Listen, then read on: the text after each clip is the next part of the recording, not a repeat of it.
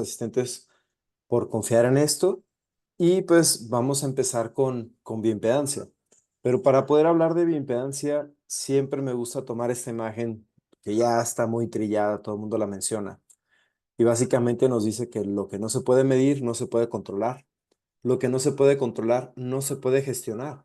Lo que no se puede gestionar no se puede mejorar. Pero aquí me gusta hacer o voy a hacer énfasis en medición.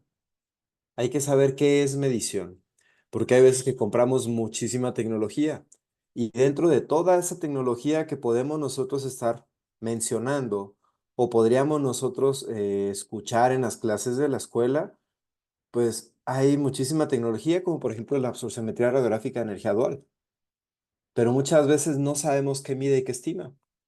Ese es un equipo, un absorciómetro radiográfico de energía dual, eh, y básicamente estos son los resultados.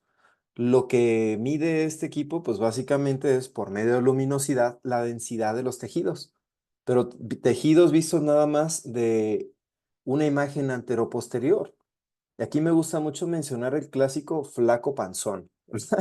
Es algo que vemos de espaldas y está aparentemente delgado, pero cuando lo vemos de perfil le vemos ahí como una sandía en la panza, ¿no?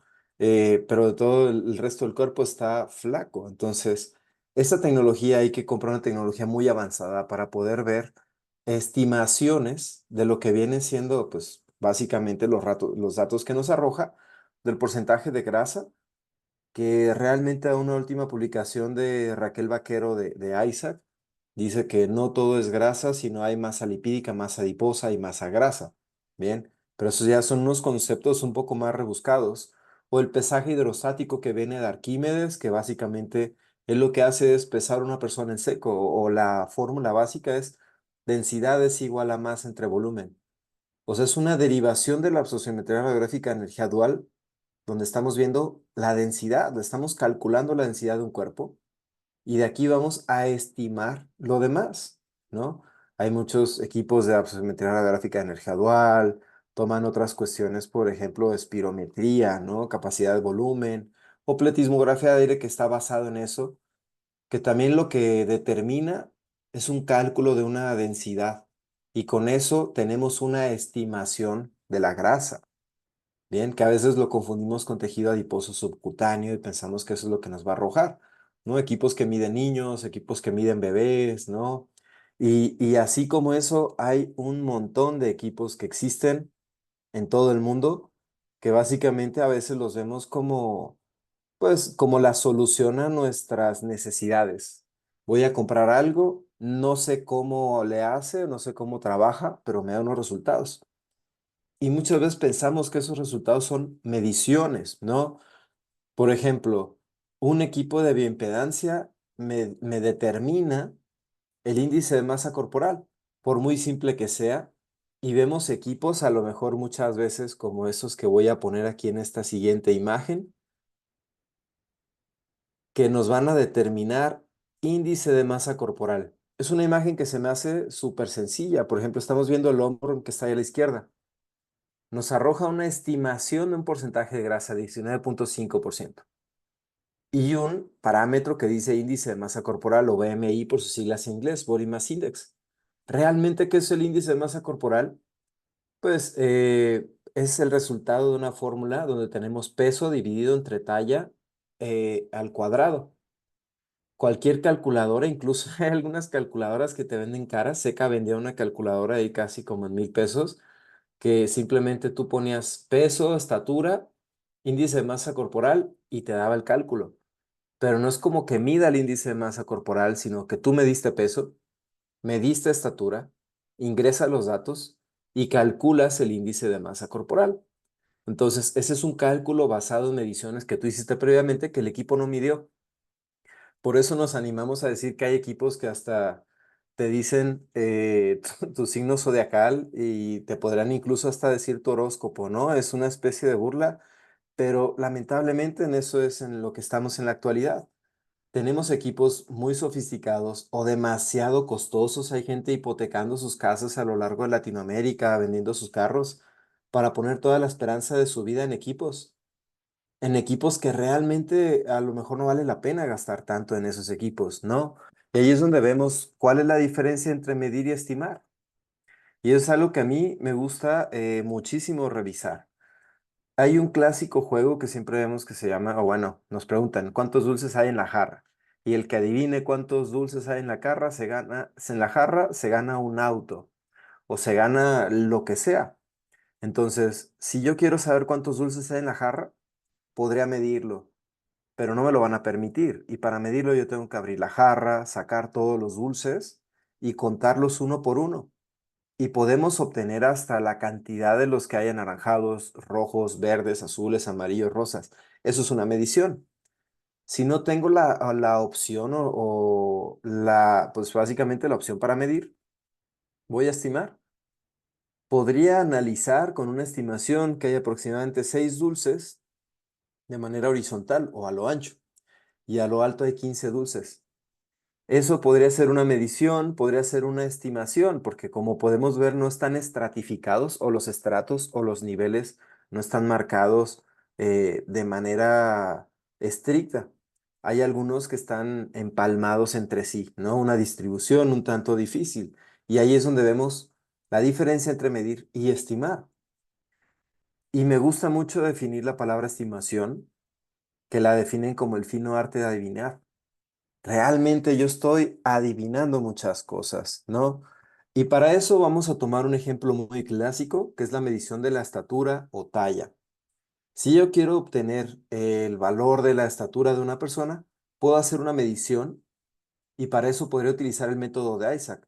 Le pido que se pare en un instrumento que mide la estatura, un estadiómetro, tallímetro, con los talones juntos, pegados a la pared, glúteo, espalda superior, recto. Hace una inspiración profunda y hacemos tracción. Y ahí tenemos la medición de la estatura, que sabemos que esta misma medición puede ir cambiando de la mañana a la noche. De la mañana a la noche podemos llegar a perder hasta 2 o 3 centímetros de estatura por la compresión de espacios intervertebrales. Entonces, la misma medición puede tener variaciones. Y estas variaciones básicamente provienen de variaciones fisiológicas, por deshidratación, por bipedestación, por la fuerza de gravedad. Ahora imagínense una estimación cuánto se puede modificar. Para poder tener una estimación de la estatura de una persona, podría tomar media envergadura, que es la distancia del esternón, a la distancia de los dedos más larga, y de esa manera lo multiplico por 2 y puedo tener el valor de la estatura de una persona, que realmente ese valor es una estimación. O hay otra fórmula de estimación que debemos de tener claro que no es la realidad, no es una medición, no es algo así como súper mágico para obtener algo que va a ser la realidad. Simplemente son herramientas que se generaron para poder tener una estimación muy aproximada, que en muchos casos puede ser igual a la estatura, en otros casos más alta o más baja, puede ser muy diferente, pero debemos de tener todo esto claro. Y son estimaciones perfectamente validadas, pero no es la realidad. Para eso podemos observar que los pacientes hospitalizados, si no podemos tomar la estatura, poner al paciente en bipedestación y tomar la estatura, tengo esta opción que es medir la altura del talón a la rodilla. Y ahí tenemos las fórmulas que son diferentes para hombres y para mujeres. Y de ahí nosotros podríamos ver ya directamente los resultados. Estos resultados son míos. Básicamente mi estatura es 1,69, evaluada por antropometristas niveles 4 en repetidas ocasiones, ¿no? Claire Henken, el doctor Esparza que está ahí, Michael Marfell Jones. Mi estatura son 169 centímetros. Si yo no me puedo medir mi estatura, voy a tener que recurrir a la estimación. Y la estimación de mi estatura por envergadura me marca que yo aparentemente tengo una estatura de 172. Pero eso no es una medición, sino una estimación. Y la distancia de mi talón a mi rodilla es de 51,2 centímetros. Tomando la fórmula anterior, mi estimación de mi estatura me da un valor de 166,56 centímetros. Como podemos ver, estos dos resultados de abajo son estimaciones. No es la realidad. Se aproximan, podría ser. Hay gente que podría decir, bueno, yo voy a tomar estos y los voy a promediar y me va a dar la estatura. Pero ¿qué pasaría si yo soy una persona que tengo brazos cortos y piernas cortas? En mi caso, yo tengo piernas cortas porque no todos somos proporcionalmente exactos. Yo tengo piernas cortas y eso me ayuda para gestos como halterofilia, ¿no? Entonces, ahí podemos ver que el resultado de mis piernas cortas me marca un talón rodilla que corresponde a una persona de unos 66. Pero yo mido 3 centímetros más, o bueno, 2,44 centímetros más que esa estimación. Bien, entonces, básicamente esto es una medición y una estimación. Y ahí es donde tenemos que empezar a analizar todas las técnicas de análisis de composición corporal que existen. Que esos ya mencionamos algunos, pero recordamos disección de cadáveres, antropometría, bioimpedancia, DEXA, pletismografía de aire o resonancia magnética incluso. Si yo quisiera saber el porcentaje de grasa, la disección de cadáveres me va a medir, pero para eso pues yo tengo que morir y una persona me va a empezar a destazar todo para empezar a tomar todas estas partes de mi cuerpo y empezarlas a medir. La antropometría, la grasa no la mide, la estima. La bioimpedancia no mide porcentaje de grasa, lo estima. DEXA estima, pletismografía de aire estima, resonancia magnética estima. O sea que yo puedo gastar 1,5 millones de pesos mexicanos, 50, 75 mil dólares en un equipo que me va a estimar un porcentaje de grasa. Hay estimaciones más cercanas a la realidad, otras más distantes a la realidad, pero debemos de tener perfectamente claro lo que es una medición y lo que es una estimación. Pero entonces, ¿qué es lo que miden estas técnicas? Disección de cadáveres mide huesos, piel, músculo, grasa y órganos. Pues es un cadáver, vamos a destazarlo y vamos a medir todo lo que podemos sacar de él. De la antropometría que medimos, medimos pliegues, que básicamente para medir un pliegue tenemos que recurrir a esta imagen que a mí me gusta mucho.